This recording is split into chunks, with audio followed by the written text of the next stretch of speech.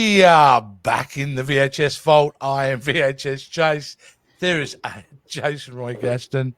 And, there are times where we think we're clever. We go, you know what? Let's do an Alien retrospective, and we'll pat ourselves on the back. And it starts off strong. And then weeks later, we end up here, Alien confident. Jason.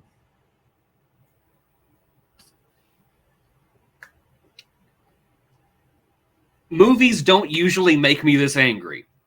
This movie makes me angry because it's like Prometheus, love it or hate it, it set so much stuff into motion that everybody was like, I don't know if I like this movie, but I'm really interested in where it goes next.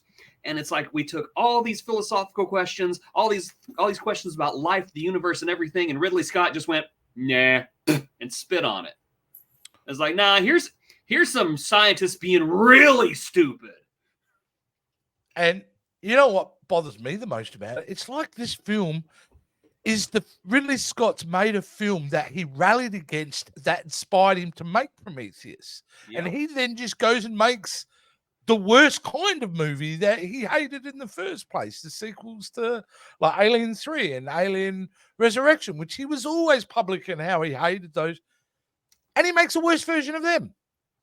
This is easily Ridley Scott's worst movie. Easily. But it's not even close. It's not even close. It's just, his second worst movie sitting there on the ground, and this one's down in hell, burning, going, hey! I despise this movie. I thought maybe I just had bad memories, and I thought this would be one of those movies where I'd watch it and think, oh, well, I like this better than what I did. No, I hate it more than what I did. I hate this movie so much. This movie spits in the audience face. And not even with acid, just with gooey saliva. I mean, because some of the things in this and the choices, and the most egregious thing is the intended switch of Walter and David at the end, which is the moment I stood up and screamed an expletive straight at the television. Yeah, the big bad android of the last two movies dies off screen. I believe that. Well, that's the level we're looking at here, Jason. We're looking at, and there are so many examples of that in this film. I mean, another example I think of is the soldier that hits the spores and then hangs around there and breathes it in. You know what I mean? Like this scientists should go to a planet full of biology and nature, and they're so quick to take their masks off. Well, Billy Crudup, or however you say his last name. Cruddy for this movie. Yeah, just okay. Everybody thinks if they've never seen this movie, they think I'm making this up. But like literally, one of the alien eggs opens, and he's doing this, and David is like, "Go ahead, God, take a closer look. Trust the psychotic android that you don't trust. It's okay. Get your head in there and take a really good look. Just kind of go motorboat that thing." Oh my God! It is stunningly awful. Stunningly, just like it's not even bad. It's just insulting. All of it is just so. I think whenever you said this movie insults the audience, it does. Strangely enough, do you want to know where I think this movie hits absolute rock bottom? And this is such a strange choice, but I just remember seeing this scene happen, and my eyes rolled so far in the back of my head, I saw my own brain. It's the shower scene. Just this exploitive, straight out of a 1980s horror movie. Just unnecessary. And I'm not saying this as a prude, but I mean, come on, this is Alien. I think Ripley's butt crack is the closest we've ever gotten to any kind of nudity in this movie. And next thing you know, it's like, hey, look, it's everything. Look at this. It's a sexy shower scene with a monster. It's just, I honestly think that Ridley Scott was just having a troll with this. I think that 20th Century Fox got on his nerves, and he's like, oh yeah, well, I'm going to make the most worst alien movie that you've ever seen before in your life. Look at that shower scene. And it does come down to the fact that he worked very hard on the previous movie to set up, a new, like, in addition to the mythology that already existed, he painted some really big ideas. He gave us that idea that they were going back to the home world for the engineers, and Elizabeth was going to ask the final question and then basically do an Alien 3. Oh, she died. Yeah, off screen. In between movies, off screen. Oh, do you want to know the most frustrating part, though? The most frustrating part is that Shaw appeared in like these interstitial internet shorts. She appeared in them. She was in them. She was available. She was there. Why? Why? Okay, my cat is sitting here. And not to show, and then makes it worse is not to show that. I mean, if you're going to kill her and have David kill her, like, wow, what a great opening scene to a movie. That would have been the bait. If you want to do a psycho maneuver, that's how you do it. You know, you think we're watching a movie about Elizabeth, and then David kills her and starts to operate on her and experiment with her. Yeah. But no, we get that as a throwaway shot later on in the movie that he'd been doing that. I feel like this movie lost its narrative, first of all. It should have been about Shaw and or David from the very beginning. That flashback where they showed David doing a genocide, basically. Yeah, like you said, it should have been the first. It should have been the first scene in the movie. Yeah, that's me watching this movie, going, "What's going on?" Just that should have been the first scene, and then he like you said, he 86's Shaw, cut to black. Covenant, new spaceship, great. We've got the through line. We know what's going on. But my God, it's this stupid mystery box. I hate the mystery box so much. I wish that people would remember stories can be linear. They don't have to be so fancy. They don't have to be full of secrets and reveals. They can just tell a good story. Stop making everything a mystery box. Mystery boxes are not that great. J.J. Abrams has so much to answer for. He's committed crimes. The biggest issue with the mystery box, the only way it really does work, Jason, is by having good characters. And this is where this film doesn't have it. I mean, this crew, Jason, really, do we care about any of their welfare at all in this? It is really just cannon fodder at this point. I liked Walter. I will admit, I liked seeing. Oh my gosh, I've forgotten his name. Fassbender. Michael Fassbender. Yeah, I liked Michael Fassbender playing Walter because Walter was so different from David, and it was honestly quite fascinating. Incidentally, the one thing that I liked that Covenant did was kill James Franco in 90 seconds. Thank you. Thank you. Yeah. Well, we've got another controversial character that dies in this too. And Mr. Justice Smollett believes in this film. Oh, is he in this movie? Yeah, that's the pilot. It's been so long since all of that nonsense happened that I don't even remember what he looks like anymore. Yeah. And can I just also say how refreshingly and humorously strange it was to have Danny freaking McBride in a serious horror movie, because I kept expecting him to make jokes. Yeah. Every single time he appears, like, we have to go down there and go into the storm and like fly over it and then go down there and it could destroy the whole ship. But my family's down there, my wife is down there. I have to go. And I'm just sitting there. Now say titties. Say titties. Oh, he didn't do it. Yeah, I don't know. I like to see he's trying to branch out, and that's great. I think he should, because I do think he's talented, but he's basically playing the same kind of characters he does in comedies, so it was very strange. The stereotypical trucker, space trucker. Yeah. Pilot. And it's his ability. And I think it was jarring for the audience too, because we're still relatively new to Danny McBride at that point.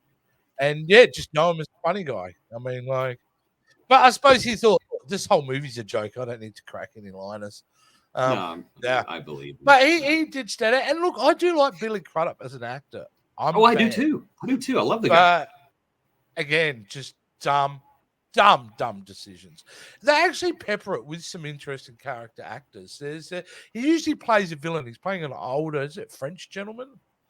If you have a look on this picture here, he's the one Well, he's not Ridley Scott. He's the guy holding the rifle. See him with the hat and the I don't know. Can't remember his name. He's also in this one there. He's with the hand over his face. He's a great actor, and I'm a big fan of him, but he's also bloody awful in this film. Well, in their defense, this movie does not give them anything. This movie is what doesn't give so the badly audience? written. No, it doesn't. What does it give us audience? It doesn't really drive anything more forward, except to the fact that we've taken a very interesting character from the previous movie and turned him basically into a one-note serial killer. Yeah, he's basically like a poor man's Hannibal Lecter. At this point. Only he's not interesting. No. Nor is the violence in this, too. It was one of the things that struck me, that none of the violence was shocking or effective to me. And maybe that's because of the lack of plot in this film, but everything just felt dull. I have to respectfully disagree on that one. I do think that through its many shortfalls, this movie does have some pretty effective moments. I think that the part of the bit at the beginning where the burster comes out of the back and it's trapped in there with that one woman, I thought, oh, that's really good. That's really good. And then it just turns into, idiot with the shotgun shooting around the ship and the ship blows up. And I'm just like, yeah, she deserved it. But the one that I enjoyed the most is so understated that there's no violence to it, but it's whenever the big white alien shows up behind the woman at David's place, because it stands there, and it's almost like Slender Man. And I thought that's actually pretty effective. That's a pretty cool visual. But that's about it.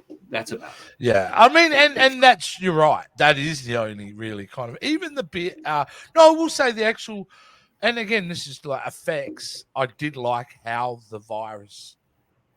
he deployed the virus in the beginning was very cool. Oh, yeah, it made the DNA helix on the way down. I thought that was really cool. Do you think he planned that, or was that just a happy accident? Because David looks like, to me, he's somebody who would plan something like that, because he's all about presentation. Maybe. It's like planning a drone show or something. Yeah. And you forget, you know what, actually, I will say about Walter, though, coming back to Walter, the nice thing about Walter was when we first meet him, it was a nice reminder to me, oh no, David made a choice to be that character. He was basing it on for the love of that movie, which is one of the most famous, Lawrence of Arabia, which he was obsessed with. So his personality is cultivated from him wanting to, basically copy that main character. And like you said earlier, the idea they will have different personalities. I would have watched a movie where they explored that. I think it would be very interesting because they sleep like 7 years to get to where they're going. Just leave your synth with a big movie library and just wake up and see what personality he's got. Would he choose something just off the wall like Beetlejuice? Like, you wake up and he comes in and goes, "It's showtime. Come on, let's go." Oh God, he chose Battlefield Earth. What has he done? While you were sleeping in your pod, I was driving through the galaxy. I keep upsetting Murder Bean. She keeps coming out. Daddy, are you okay? Chill out, Daddy. Daddy, chill. Daddy, chill. No, I mean, look, the whole idea is that they've got to go to this planet called origami. Origai 6. Oregano. Yeah. And so you're preparing, all your training, every expert is there, has been trained for one focus point to reach that planet.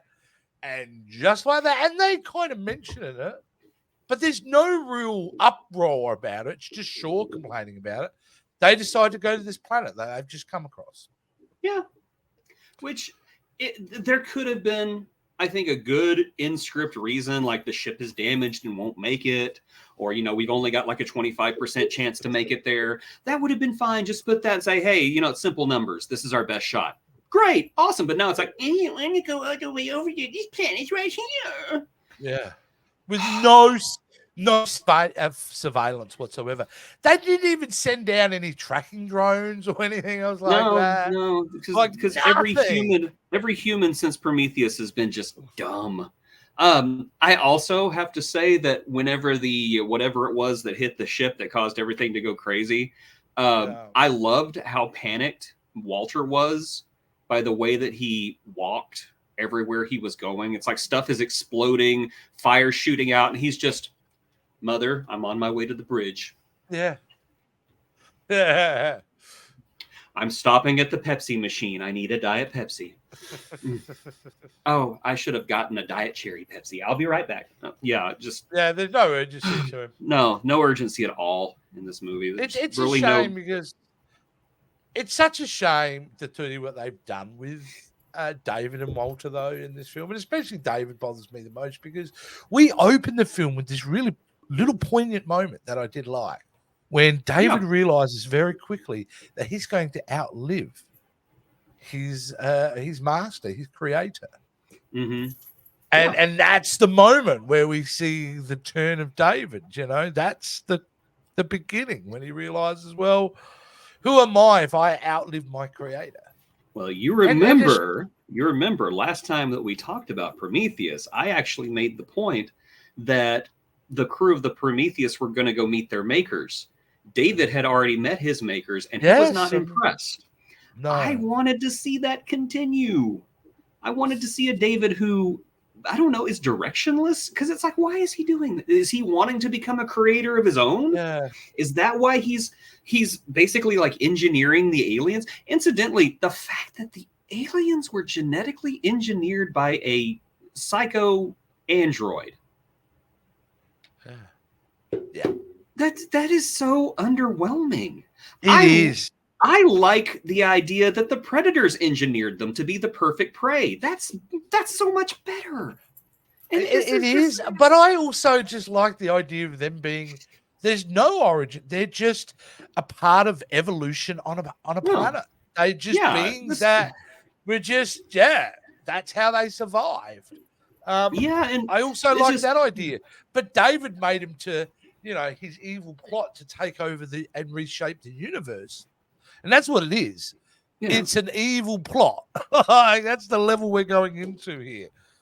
It's just dumb. It's also bad. And it's absolutely the reason why we never got the end of this proposed trilogy because, like, where do you go from this? And what were you going towards? Because this movie doesn't take us from point A to point B.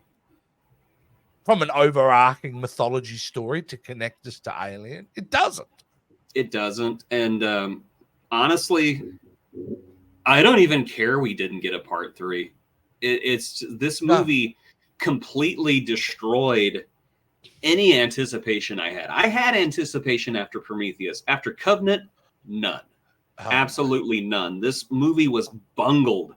The story was shredded so severely that I don't think it could have been saved with a third movie. No. Even if they had, even with like a quality script, I just don't think they could have saved it by that point. Well, even this scene, Jason, drove me insane.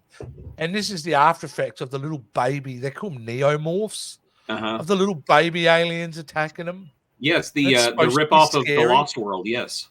Exactly. It's basically just stealing from Jurassic Park. I'm just like, wow, like what happened? There is a great movie about the making of this movie. And I think it's about a person who loses sight of his own vision. I would have to say that's probably it. What is the name of this movie? Because I want to see what went into the making this film. I really do. I think it would be fascinating because it was all set up. And, it first one had made money. Like it had made enough to warrant this one being made in production. So why change the direction of your story when you've already been funded and go ahead to continue on? Why make it something so? Why make it like all the other ones too? That's what gets me. It's like Prometheus was so different. Even the first half of this movie, it was different. It wasn't that great, but it was different. And then it's like, it's aliens all over again. It's all over again. and it's I just don't understand, because you obviously had a plan. And I reckon we could dig up interviews on the internet with him when he was being interviewed around Prometheus, him mapping out the 3 movies that eventually were going to happen. Look, it's a stunningly awful movie. It just goes to show, it doesn't matter budget. You can have the biggest budget in the world, and the best cinematographers and the best composers, but if your script is crap and your direction is almost like, what's the word when you're not paying attention? It's neglectful, neglectful. Yeah, like, what can you say? I mean, like, it's the reason it's taken so many years to get another Aliens movie, which I was even shocked that they were even going to do. So I know, I didn't think Disney would let it go and say, "Oh no, I saw that Covenant movie; it was dog crap." No, I will say, what I have absolutely no expectations of Romulus, but I know it won't be the worst one. No, I get the feeling from the trailers that what we're going is, and it's directed by Fede Alvarez, that we're looking like we're heading towards a very horror-based perspective on an alien movie, which it kind of needs to go back to its roots. So, and it feels very much that Alien Romulus, by the look of it, the way they're trying to sell us on the scares, that it is going back to its roots. I certainly hope so. But hey, he's the guy who directed The Evil Dead, right? Yeah. Yeah. Which was a misfire. It was a misfire, but you know what? It had some darn good visuals in it. He did also Don't Breathe with Stephen Lang. Remember playing the blind, which I enjoy quite a lot. Yeah. So never saw the sequel, but that's okay. It didn't need a sequel. It didn't. I refuse to see an unnecessary sequel. Yeah. So, but yeah, that's the future ahead of us, and I'm thankful that we've got a future, because really, in all intents and purposes, this is a franchise killer. This movie. And to get another one. It did, yeah. This was a, I don't know. I kind of think of this movie as like the asteroid from Armageddon. It's the size of Texas, and it's going to sterilize the whole planet. So the planet of the alien movies got sterilized, and now we're basically starting over. So we're starting over. I'm happy to go with that theory. Absolutely. Yes. Well, all I can say on this is, Ridley, man, dude, shame on you. Trying to make sequels of your films. I've seen the trailer to Gladiator 2. I don't think it's going to be much better. Guy, you've had your fun in the sun with sci-fi. Take a step back. Yeah, let's just not. Yeah. So I guess, are we going to go into the Predator movies now, or? Yes, I mean, that is the plan. That is the plan as we continue with our retrospective. But we haven't finished all the Alien movies yet, because we're gonna do something a little bit different with our next entry. Yeah, for the VHS folds, very different. Yes, because this is not a VHS movie. This is a new release movie. We're going to be looking at Alien Romulus, because we are thorough. We're doing all of them. So, yes, for the first time ever, VHS Vault is going to be looking at a current release movie. Yep. Well, I've actually already had my tickets for opening weekend. I'm going on Saturday with my wife. Nice. So nice. I know you'll have your tickets, so we'll be going to see. If the trailer played at the movie we went and saw yesterday, and I looked to the wife and I said, "God, it looks great, doesn't it? It looks." There's something tonally scary about it that I'm really keen for. So, but yeah, we'll be doing that date of release. But in between that, we have got one movie we're going to be doing, and it's a movie you've decided you needed to dust off your racks. Oh, it's funny that you said the word dust. Yeah.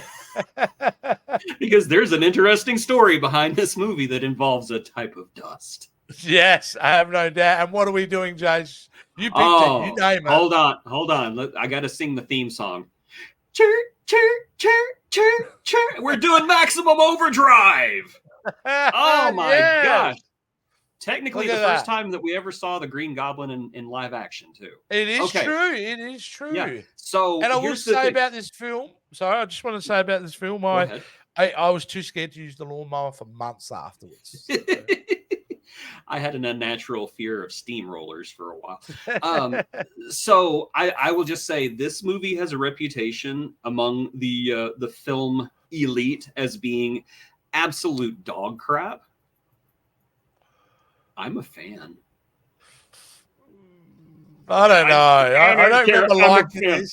I'm a fan. Yeah, I don't remember loving this. I don't.